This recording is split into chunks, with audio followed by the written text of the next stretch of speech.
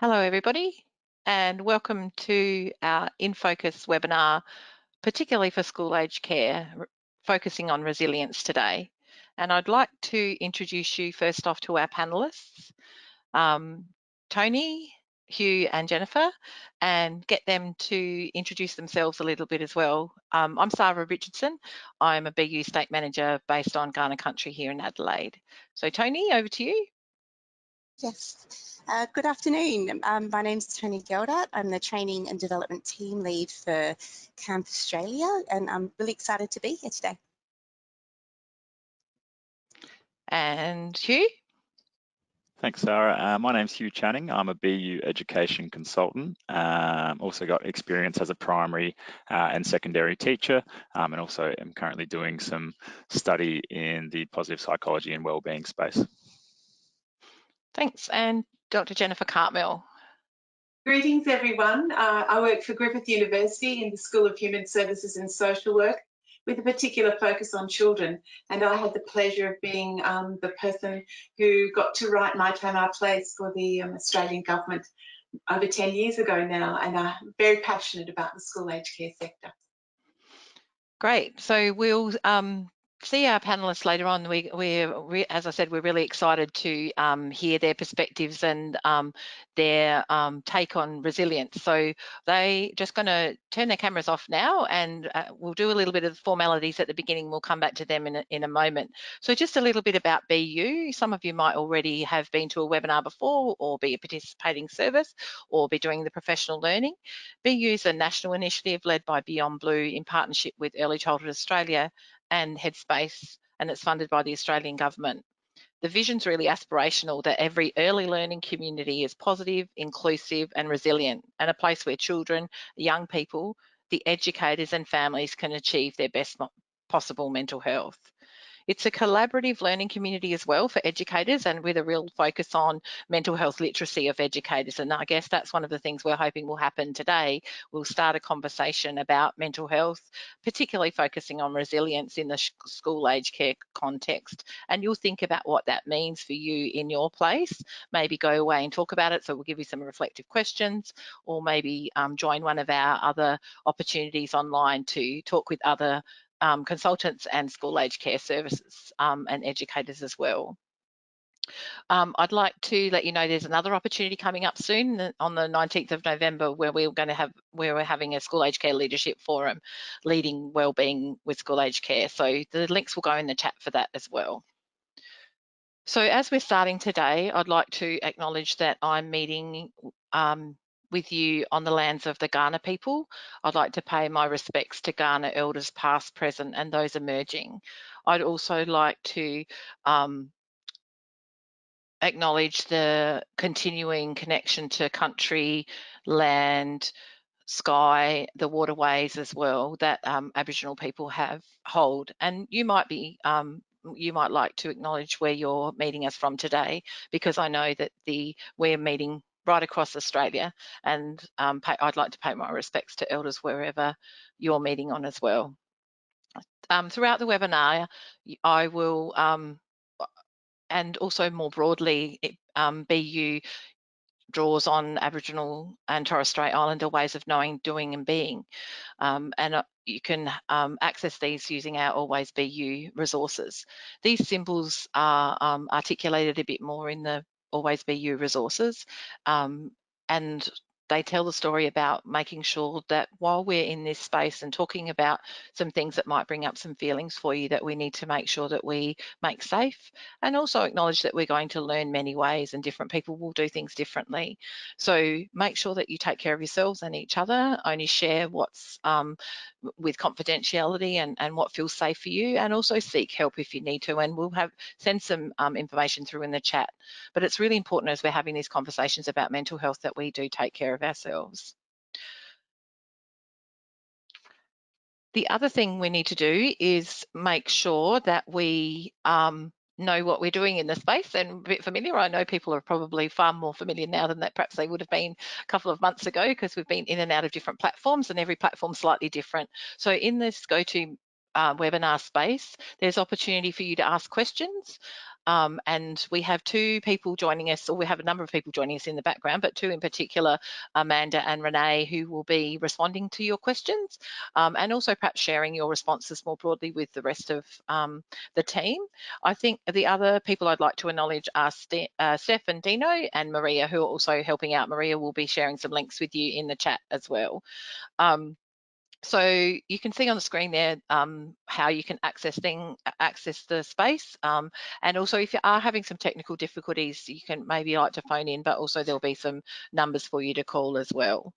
There will be links to resources and references available throughout the webinar, but they'll also be available in a handout. And remember, you can access a copy of this webinar recording and any of the resources later on, so continuing that conversation back in your service with other people as well. The other thing we'd really like to be able to share with you is some polls. So when we pop a poll up, really encourage you to join in the poll and have your say, and use the question and answer space to ask questions, a bit like a chat function as well. So we're going to make the attendee list public so you can see who else is joining us as well. And I think that's all I need. If you've got any questions, please pop them in the questions box and people can help you. So as I said, we're going to start with a poll and find out what you already know about resilience. So what does resilience mean to you? Because while we're having this conversation about resilience, it's really important that we, I guess, are clear about what we're talking about, and different people will have different understandings. And one of the things I was thinking about coming into this is having these conversations with children, the children that come to your service, you know, encouraging them to understand what it means. But if we do the work first, then perhaps that's easier to do as well. So remember, you can select any or all of these. And if there's some other ones that you think that resilience means to you, you might want to pop them in the chat.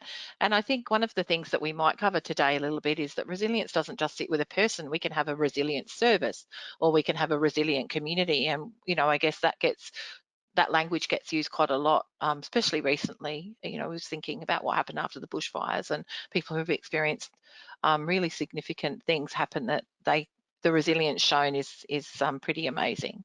So we might finish the poll off and have a look at the results.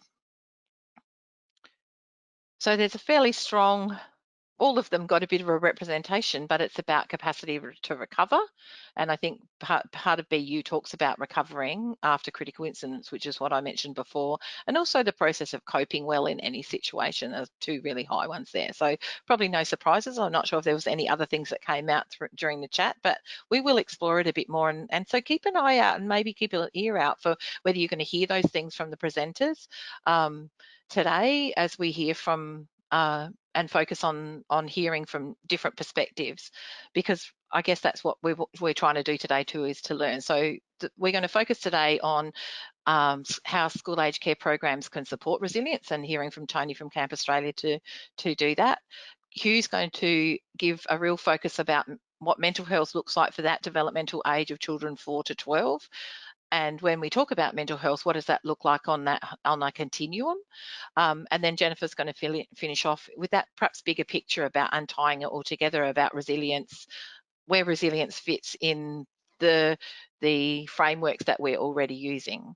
So let's get going, and we'll hand over to Tony to talk to us about what this looks like for Camp Australia. So over to you, Tony.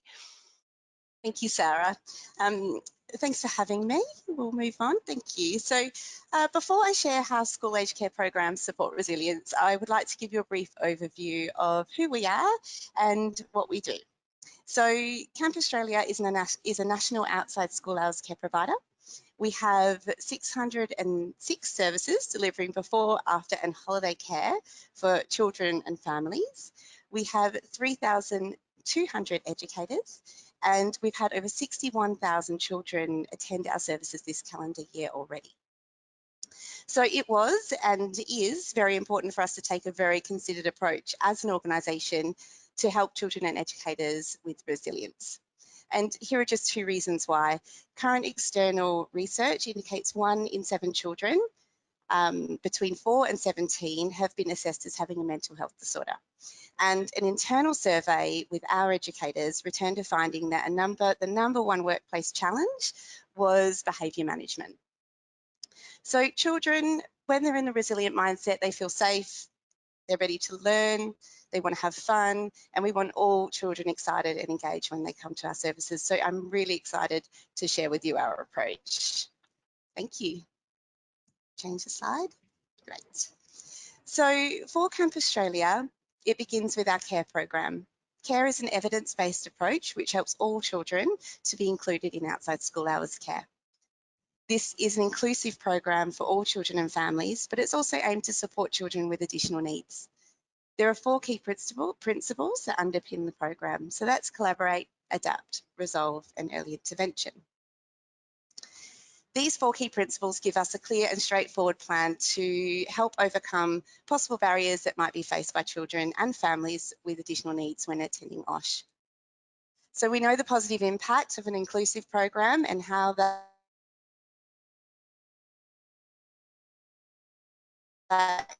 can be important for us to have this for our communities and families. To develop the CARE program, we sought advice and support from industry professionals. Tony, it's Sarah here. We're just having a bit of trouble with the sound. I'm wondering if you turn your camera off, we might be able to get better connection. Because we don't want to miss all the good things you're saying. So we'll just give it a little bit of time. See if we can... Leading pleasures, Andrew Fuller. Try again. Okay, so leading child Thanks, are we all right? Perfect. Okay, so we partnered with Andrew Fuller. He's a leading child psychologist. Are we all good? Hello? Yeah, we got a big lag, so when I say something, it takes a while for you to hear it, but go ahead. Okay, no problem. So we partnered with leading child psychologist Andrew Fuller, who helped us develop the behaviour management training Resilient Mindset. We partnered with KU, who manage a range of inclusion support services, including the government-funded support program, and Premium Health, who we've had a long-standing relationship with, assisted us to develop autism training. A key aspect of the Resilient Mindset course the program was the Resilient Mindset course, and that's what I would like to share with you today. We'll change the slide, please. Fabulous. So to look further into how Camp Australia supports resilience, I would like to take you through the Resilient Mindset learning experience. Educators working with children must understand that children operate and perform at their best when they're at their healthiest, that their body is an information system, and that all behaviour is communication. When your body is calm and resilient, it regulates and balances your blood pressure, heart rate, blood sugar, and hormones. Throughout the day, your nervous system activates and calms you in accordance with your needs and demands of your environment. On the slide here, you can see the course modules and the course outcomes for the Resilient Mindset course. And I'm going to take you through those modules with a little bit of information. So module 1, the Resilient Mindset module, educators working in before and after school care are involved in calming and regulating children's behaviour. Behaviour, as we know, is a form of communication, and learning how to read that communication enables us to help children to feel calm, settled and happy.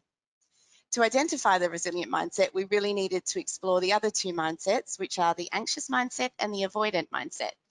Understanding what these look like in children help guide educators to implement supportive practices at the right time. Module 2 is about understanding the brain. So brain chemistry has a lot to do with how we're feeling. Therefore, understanding the brain and how it relates to behaviour was essential for us to share with our educators. This module focuses on the 2 main feelings, or the 2 main messages that we get from the brain. So that's feeling safe, which is resilience, and then feeling fear, which is your avoidant and your anxious feelings. We wanted to assist our educators in understanding these brain functions and how this impacts behaviour. Then in turn, with that realisation, we could really provide ways to lessen the time that children are fearful or stressed and really increase that time that they feel safe. The 3rd module is about the CPR approach to relationships. So in OSH and before and after school care, we're in the business of forming and reforming relationships with children, educators and parents. Setting a consistent culture in our organisation around how we approach and create relationships builds the capacity of the educators to have confidence when engaging in new relationships. Confidence and calmness in communication supports resilience. So in this module, we look at constructive and deconstructive conversations. We share case studies as well as highlight some practical strategies for our educators. The final module is the Resolve method. So Resolve is our 7-step framework that provides the strategies for de-escalating and re-regulating children that are outside the resilient mindset. The most resilient children will have times where they're challenged, where they might have feelings of frustration. They might find themselves on a continuum from mild annoyance to really angry. So once an educator using their knowledge and experience identifies the way that the child's feeling, we're able to use the Resolve method to lessen the stress and fear that the child's feeling. So to give you a really small insight into the Resolve method, R stands for respond with respect, and that's our initial response to a child that is heightened. If we can change the slide, please. Fabulous. So the care program and the Resilient Mindset course has impacted us greatly since it launched in our organisation. So I wanted to share with you now how this approach has impacted our children, our families, our educators, and us as an organisation. So for our children, educators now have an understanding of resilience, and they have a framework that's going to help them guide practices. And that means that we're able to provide environments that are inclusive for all children. We have 430 inclusion support educators available to help children with special needs. The children now have really confident educators, so they can support them when they need it the most. For our families, results from internal surveys are showing increased satisfaction, and over 1,100 parents have engaged in the program directly. Now, for our educators, we've had over 1,800 educators complete the course, which is brilliant. And most of all, the language of resilience has become a shared understanding. We've seen increased awareness and inclusion throughout services, in practices, and in their educational programs.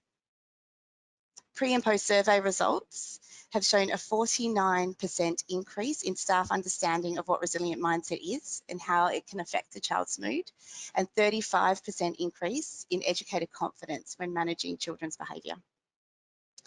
As an organisation, this course, being evidence-based and developed with experts with the high rates of completion, has ensured that we are inclusion ready. We have a national team of training specialists that are resilient mindset subject matter experts. We continue to be a safe child organisation and we've seen a reduction of incidents, for example, absconding. The program, Care itself, has been recently recognised in the Australian Business Awards, winning the Business Innovation category. It has been recognised and it shows the considerable efforts that we've gone to as an organisation, but more importantly, how this program is supporting children and families all over the country. So that concludes my presentation today. Thank you for taking the time to hear about how we, a national school aged care provider, supports resilience for children and families. Thanks so much, Tony. Yeah, thank you. That's great. It was great to hear. And there was a couple of people who joined us from Camp Australia saying, yay, go us. So thank you so much for sharing. We'll now move into hearing from Hugh.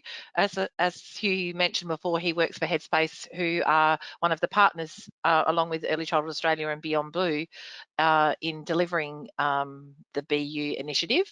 And Hugh is going to help us answer this question about what does mental health look like for children aged 4 to 12. So over to you, Hugh. Thanks, Sarah. Yeah, so as Sarah said, I'm a BU education consultant based in South Australia. So I work with the Headspace Schools Division, and we typically are tasked to work with primary and secondary schools. Hence, I guess, the allocation for me to talk about this specific age range, because it does cover, I guess, a few different services. Could I, just as I suppose, a preface to what I'm going to talk about, most of the information that I've compiled for this presentation is actually taken from the BU website, and namely the mentally healthy communities and the learning resilience domains. Could I jump into the first slide, please? Thank you. So the first image we're looking at here, and I guess to try and answer this question of what does mental health look like for 4 to 12-year-olds, we're going to have a bit of a look at what kind of influences are actually occurring during this period of a young person's life and how that might actually influence their mental health, and I guess subsequently what that might look like. So here we have an image of a mental health trajectory, again taken from the BU website. So in the middle, that blue arrow is kind of where we assume most young people and children will sit in regards to their mental health. The green line up the top is positive mental health, so I guess optimum sort of mental health being really high there. The red arrows that run along the top there are actually things that might cause that green line to move down to that blue.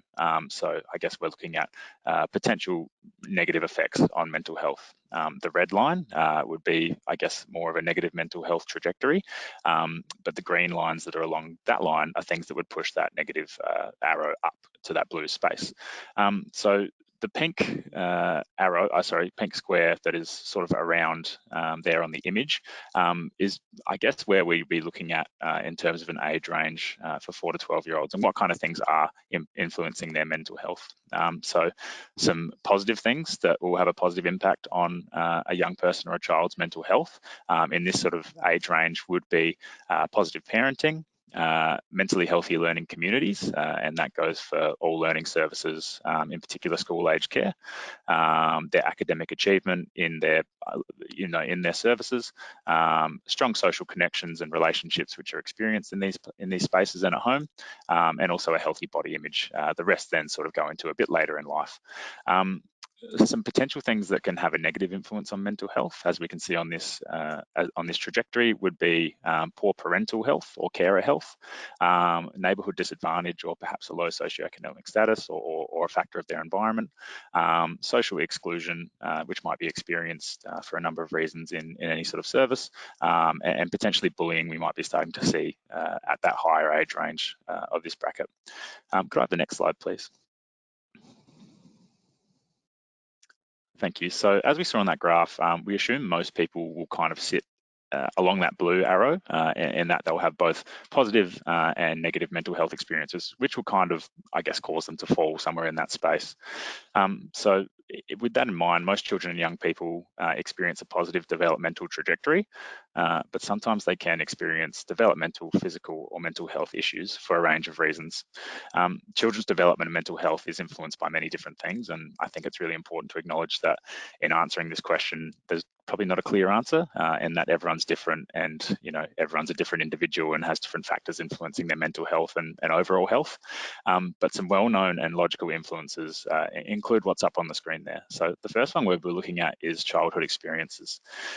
So with childhood experiences, there's attachment styles theory, that meaning that young people or children that have really secure and close attachments and relationships to key people in their lives, such as their parents, carers, and I guess going into the space of sort of learning services, they're educators and carers. If they have really secure and trusting relationships with these people, I guess that helps with them developing coping mechanisms and overall their resilience and ability to regulate themselves. If they don't have the secure attachment style with those key adults in their life, they sort of learn different ways of coping with their emotional regulation, which might not necessarily be healthy. It's probably also important to say that non-family relationships through learning services and in school age care environments are really important during this stage. So their peers, and that can be other young people and children, as well as key adults in this space, have a really big influence on, I guess, a young person's mental health and their ability to be resilient, and to also regulate themselves.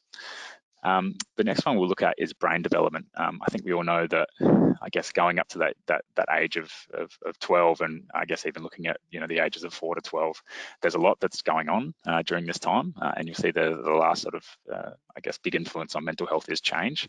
But during this time, in the first 8 years, executive functioning, such as decision making and the capacity to experience, regulate, and express emotion, is actually being developed. So it's really important that the influences during this time are positive to help with that development of their brain. It's also where a child starts to form close and secure relationships, like what we just talked about, and to explore and learn about themselves and their own world. It's actually a time where children have the greatest opportunities to develop neural pathways for learning and mental health and well-being, and actually set up positive strategies to be resilient in their life. These early years are also when they're most vulnerable to negative experiences, and I think there's a lot of research that actually shows that, you know, trauma and negative experiences overall during these first 8 years can have a big influence on a child's ability in many different ways, but particularly their ability to be resilient and their ability to self-regulate and self-soothe. And the final one is change, which kind of encompasses, I guess, these two things, because they are both changes. But going into adolescence, young people go through complex biological, cognitive, and social changes. But this is a normal part of their development.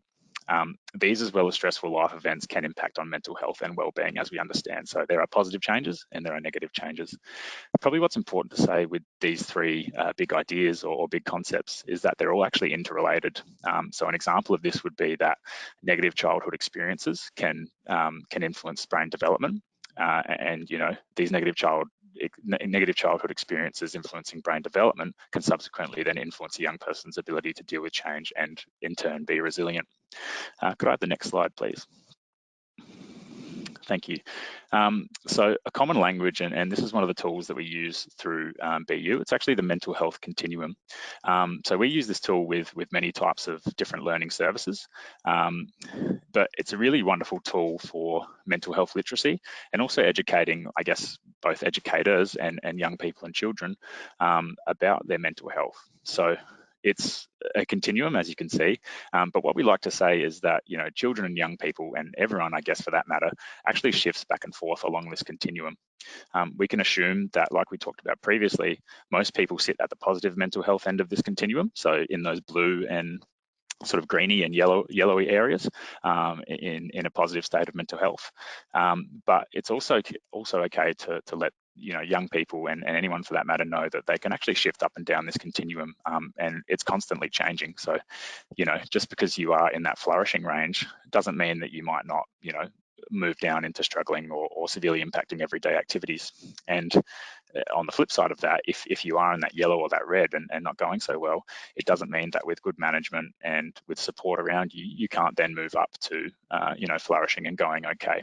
And even on top of that, and I think Tony did mention the sort of rates of mental health conditions with young people these days, that with good management and good mechanisms, people that might often be in those yellow and red zones can actually, you know, find themselves in the blue and green, even if they do have a mental health condition, with good management, as we talked about.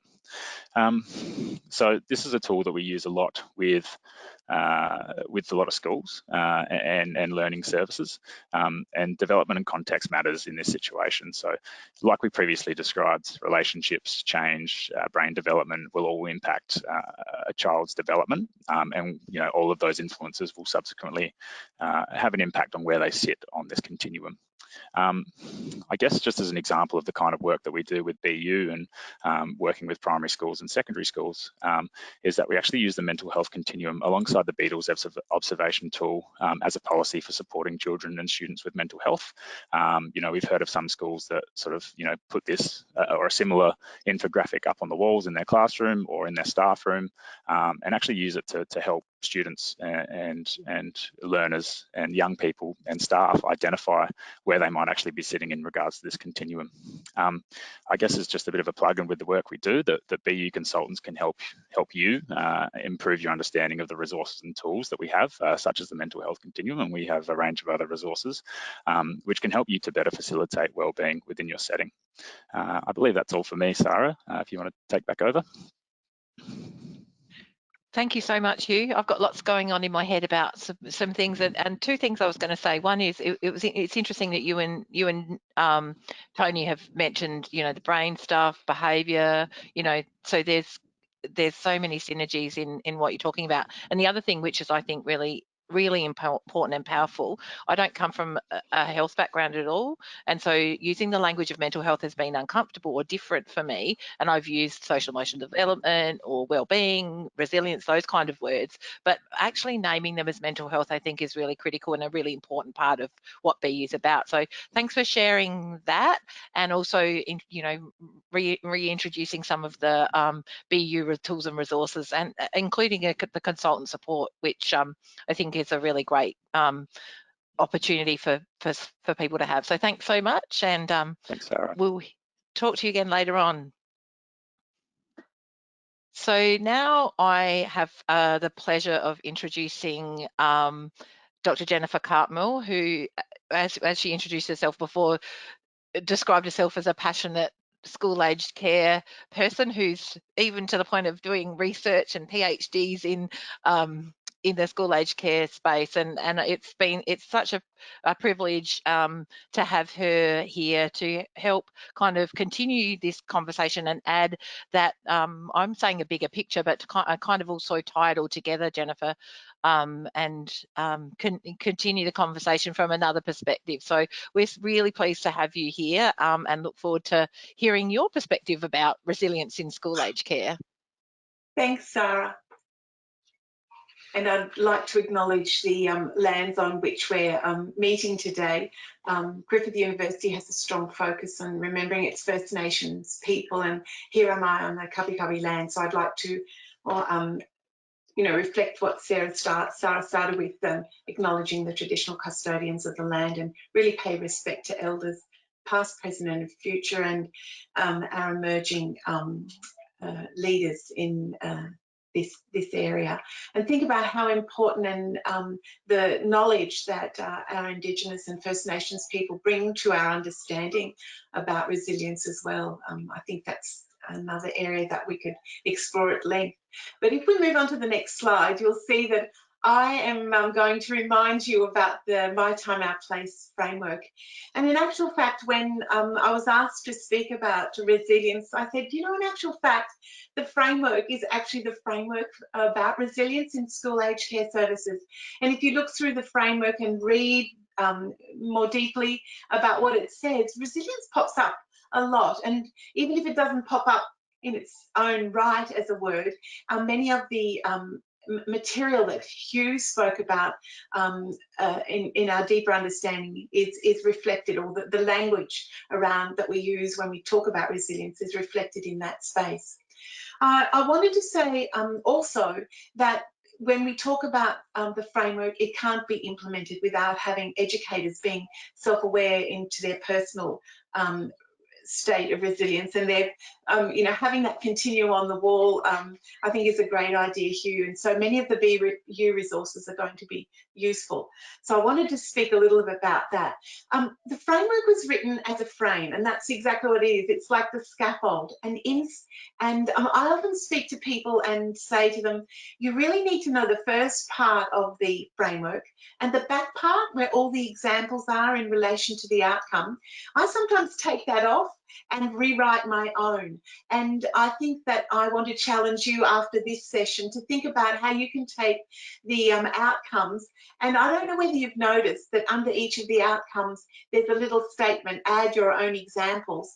But I want to challenge you as services who are working with the school-aged care sector to actually write your own examples of ways in which you can support building resilient children and building resilient communities through the work that you do in your school-aged care services, because we know that children who are in school-aged care may spend as much time in school-aged care as they do in school. So we have such a role and responsibility. And Sarah talked about social and emotional learning. I think sometimes that is where in school-aged care, that is the brief of school-aged care services.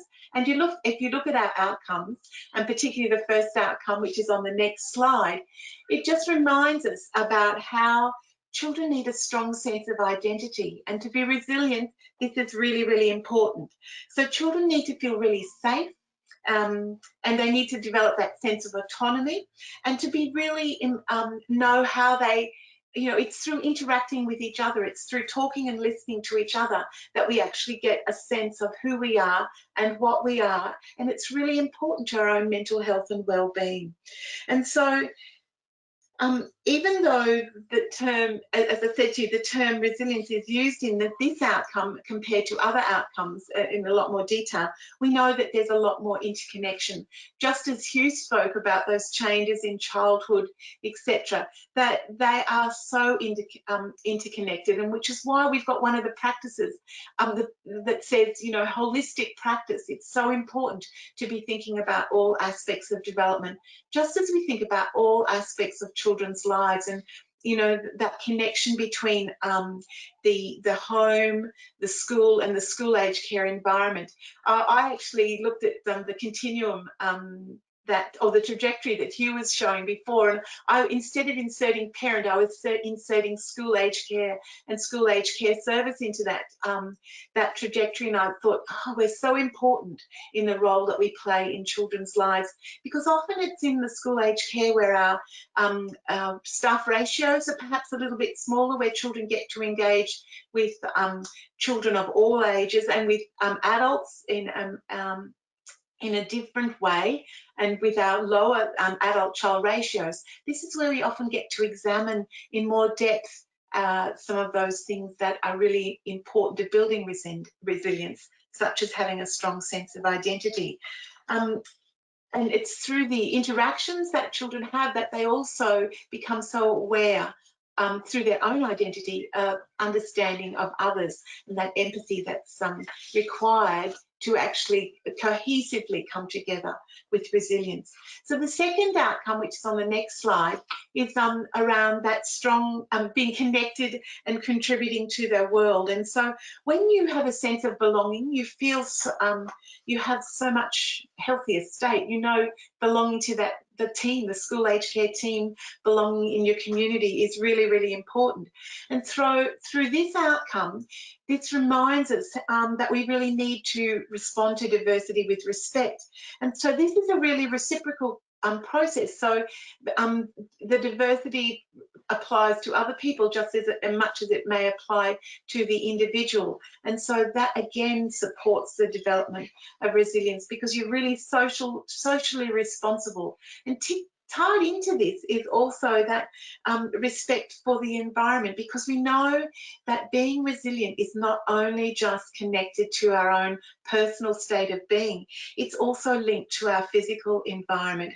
And the health and well-being of our physical environment is really important to how we feel individually. And I think during this COVID time, that's really this being connected and contributing to their world, it's that outcome has really been highlighted for us, how important it is to acknowledge just being in a secure space.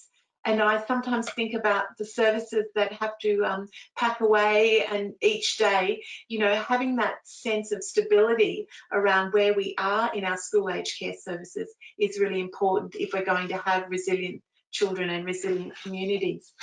So that leads on to that third outcome, which is on the next slide, which is having a strong sense of well-being.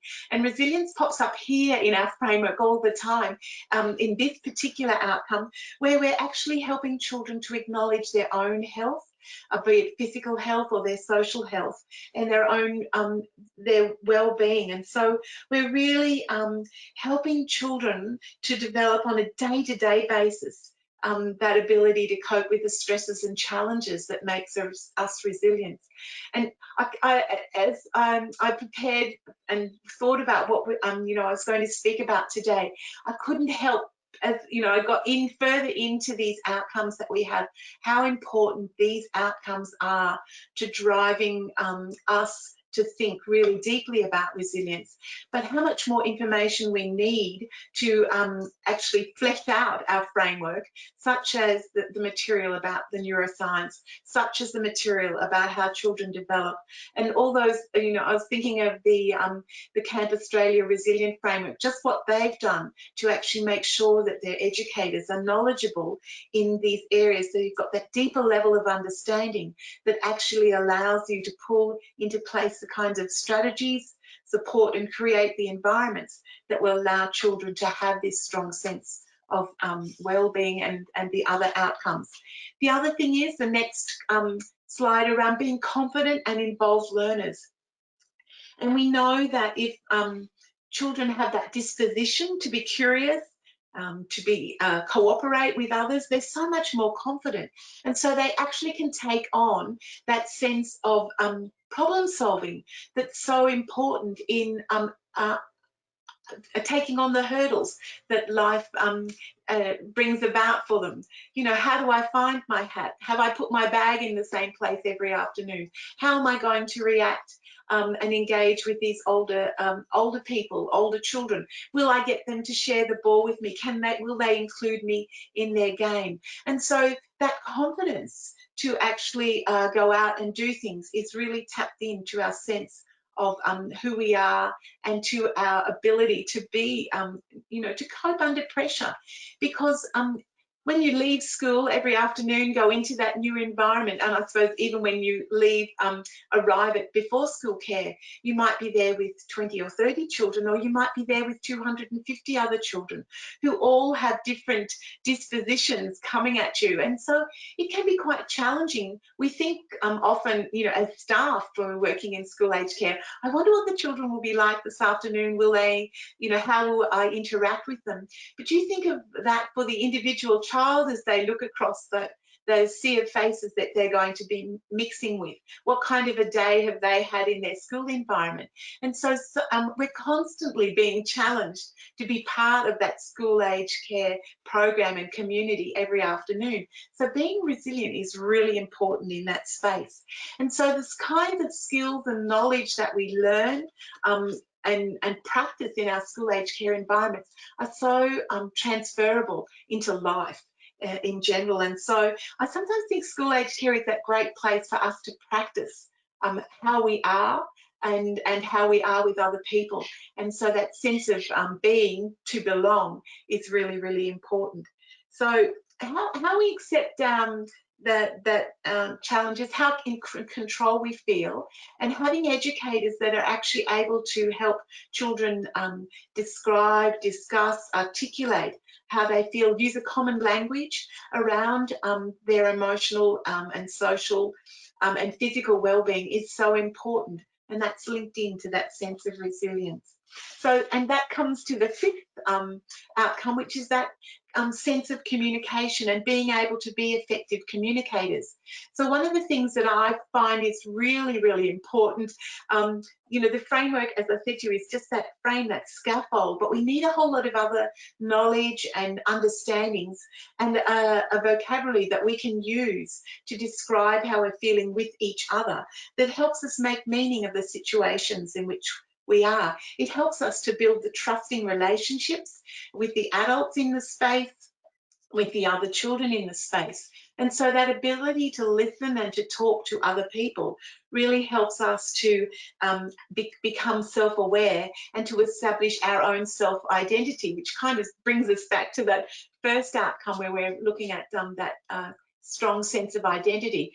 So you can see how when we think of, well, I passionately said, I think the framework is all about resilience, and we need to fill in some of the knowledge and the deeper understandings about children's mental health and well-being, and some of the resources that BU have provided for us will really help us to then be more intentional around how we use our strategies to actually plan our programs, to actually interact with children and their families.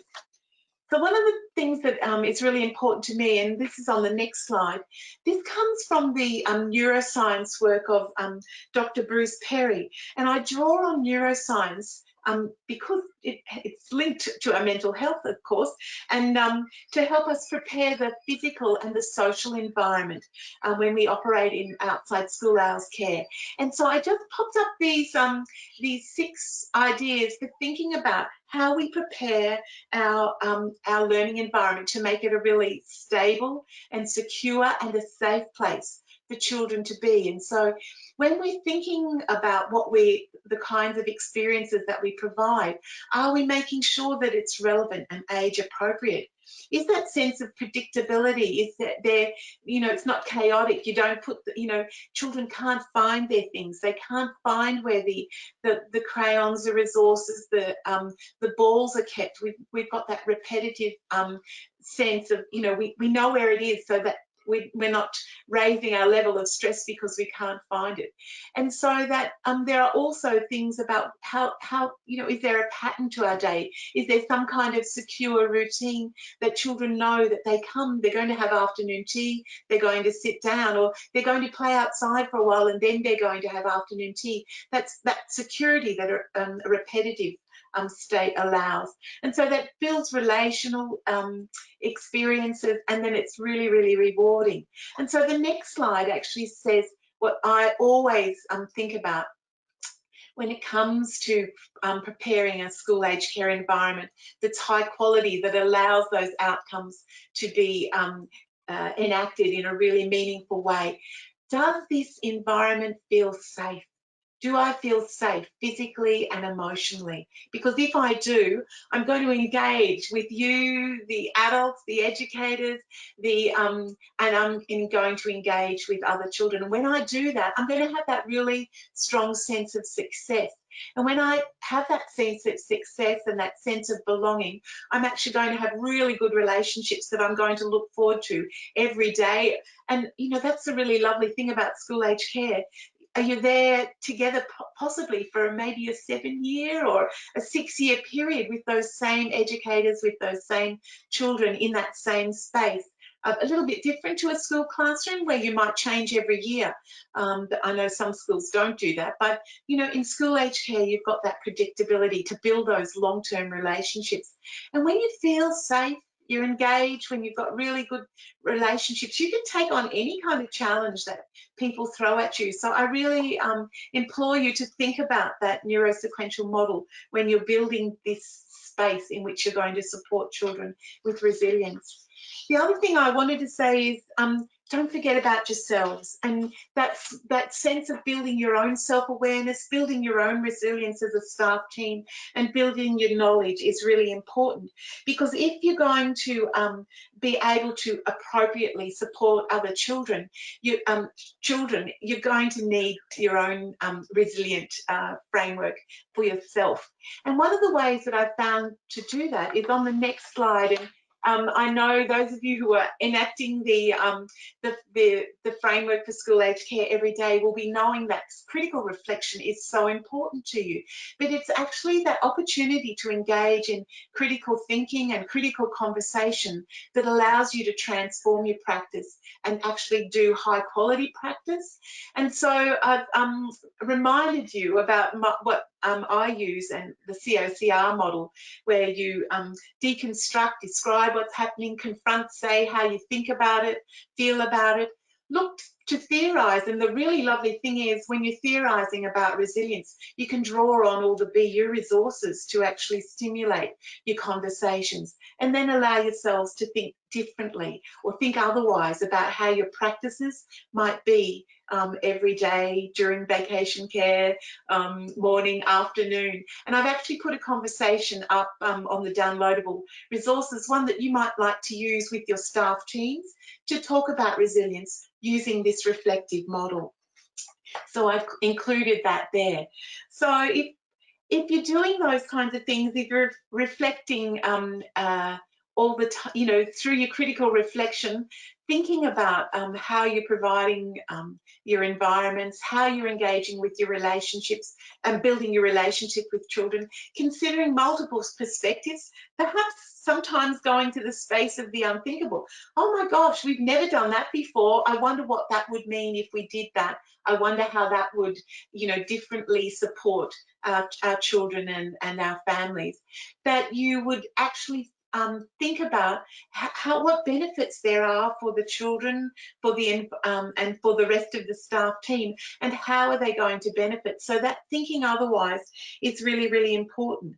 So I'm really challenging you to actually go back and look at the framework, look at those outcomes, take out the examples of, you know, what children do and what educators do in the back of the framework, and write your own with this strong, mindful intentionality to think about resilience. And I'm sure you'll find that you will really build a really strong supportive community in your school aged care services. So Sarah, back to you. Thank you so much, Jennifer.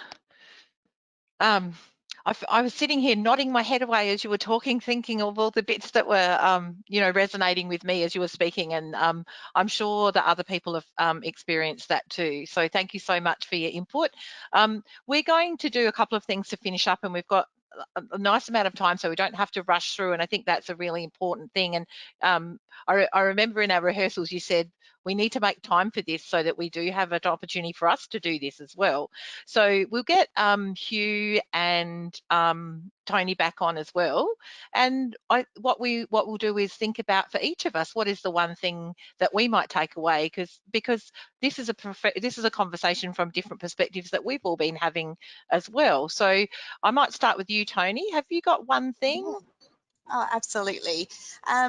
Look, Jennifer just shared some incredible links from the framework to resilience, and Hugh obviously with the continuum for mental health. And I think for me it has shown how important this conversation is to have, and as educators and providers, you know, we need to make sure that this is in the forefront of what we're doing.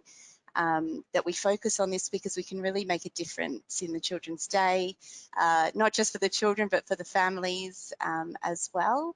So yeah, it's a conversation that we need to keep having, and those recognitions of where children are on the continuum is extremely important.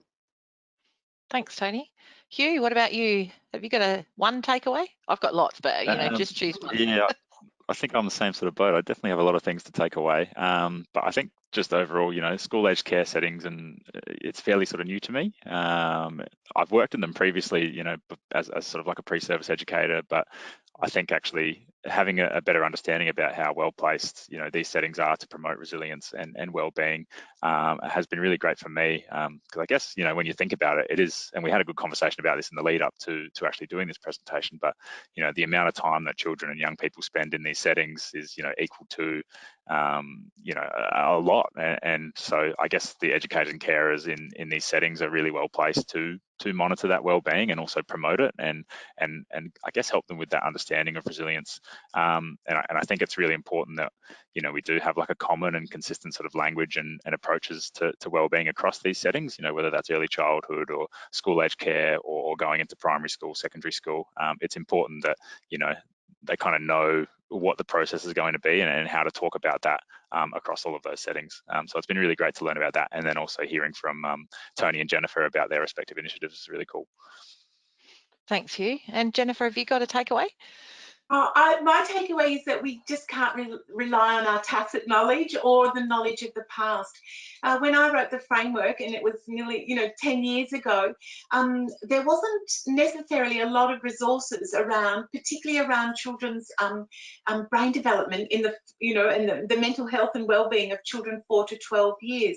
We often used to think that it was really important to focus in that birth to 5 area, but now we know that our neural pathways are changing up until, you know, that we're 28 or so, you know, so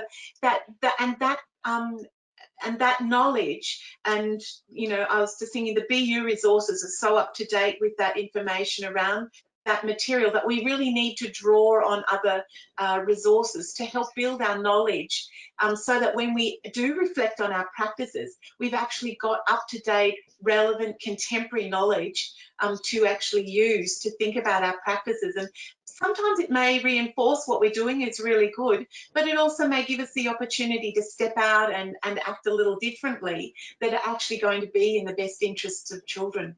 And I just,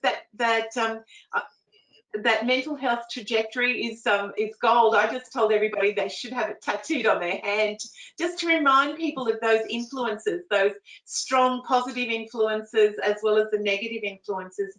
And when you think about, even if that's the only thing you do in your school aged care service is just reflect on how do we as a school aged care service really build that strong, healthy mental trajectory for children through those characteristics, you know, where it's got positive parenting, positive school aged care educators, you know, the insecure housing, unstable school aged care venues, you know. So we think about that a little bit more closely, we're really going to make a difference to the future of our Australian children.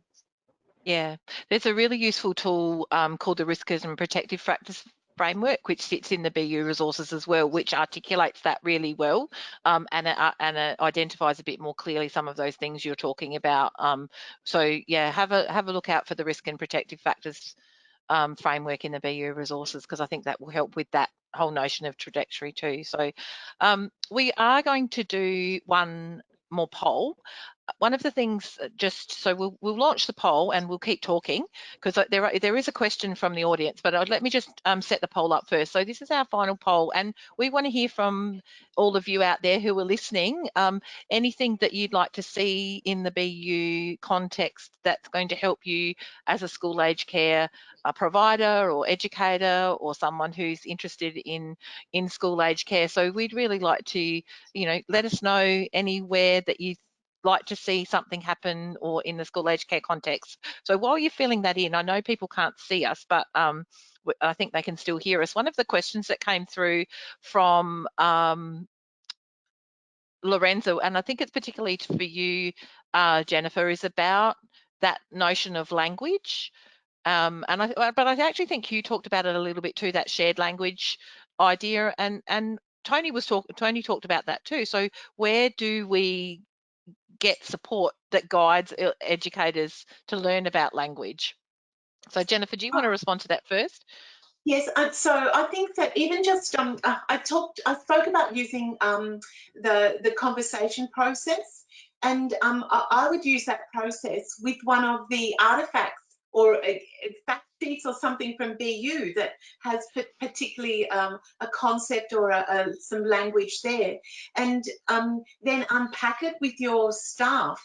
You can actually talk about the language that's used to describe mental health, the language that's used to describe mental health and well-being. And so by having those conversations with your staff, you're actually sharing the knowledge, the terms, the language that's used. And then I would be inviting the school to have a conversation again around what kinds of language is appropriate to use. And I would be having those same conversations with the children in particular, because the more children can tap into their own mental health and well-being, and you give them the language and the words to describe how they're feeling, they're recognizing their heartbeat, they're recognizing when they feel really anxious. So by giving them the opportunity and the language to use, then you're actually, you know, building a community of people who are speaking that language. But you just need to have the time to make sure that you do clarify with each other that you're speaking, you know, that when you use a word or a term, that other people understand it in a similar way. And that's just having a conversation and listening to each other.